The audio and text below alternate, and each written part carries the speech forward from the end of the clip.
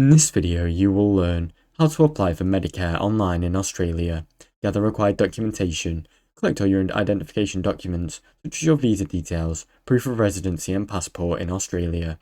Create a myGov account. Visit the myGov website and create an account if you do not have one already. Then link it to Medicare once you're logged in. Access the Medicare application. Go to the service section in myGov account. Select Medicare and choose Enroll in Medicare to begin the full process. Fill out your personal details.